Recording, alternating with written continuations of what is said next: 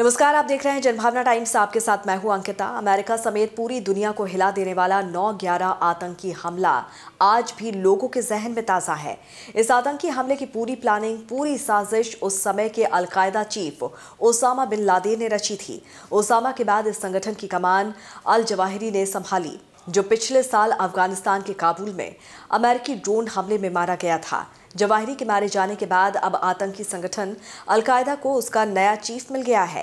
संयुक्त राष्ट्र संघ की सिक्योरिटी काउंसिल की ओर से एक रिपोर्ट जारी की गई है। इसके मुताबिक ओसामा बिन लादेन के खास सैफ अल आदेल को अलकायदा का नया चीफ बनाया गया है।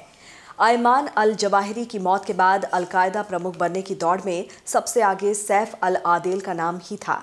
वो लंबे समय से अलकायदा में काम कर रहा है और इसके प्रमुख लीडर में से एक है।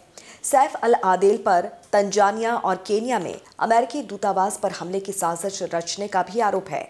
आपको बता दें कि सैफ अल आदेल पर अमेरिका ने $10 मिलियन यानी कि तकरीबन 82 करोड़ रुपए का इनाम घोषित किया है।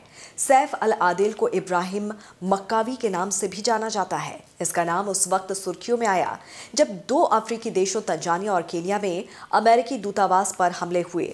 1998 में हुए इस हमले का मास्टरमाइंड अल आदेल ही था।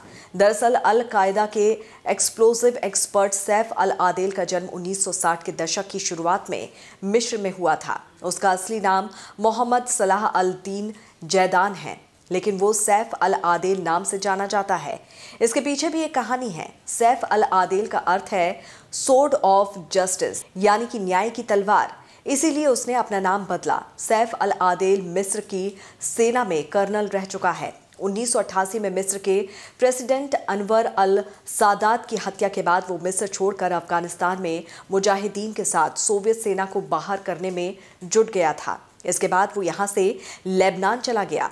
खार्तूम के खेतों में आतंकियों को विस्फोटक बनाने और इस्तेमाल करने की ट्रेनिंग भी दी।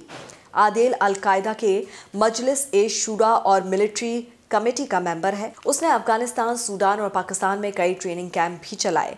4 अक्टूबर 1993 को अमेरिकी रेंजर्स और सोमालिया में अलकायदा से जुड़े मिलिशिया के बीच जबरदस्त जंग छिड़ी। इस दौरान मिलिशिया लीडर जनरल आयदीद के लड़ाकों ने मोगादिशु में 2 अमेरिकी हेलीकॉप्टर गिरा डाले, जिसमें 18 अमेरिकी सैनिक मारे गए थे। इस दौरान अमेरिकी सैनिकों की लाशों के साथ भी क्रूरता की गई थी। इस घटना को ब्लैक हॉक डाउन के नाम से जाना जाता है। इस हमले का मास्टरमाइंड सैफ अल आदेल ही था। आदेल ने ही विस्फोटक बनाने और मिसाइलों को गिराने की ट्रेनिंग दी थी। देश और दुनिया की तमाम खबरों को विस्तार से जानने के लिए जुड़े रहिए जनभावना टाइम्स के साथ। नमस्कार।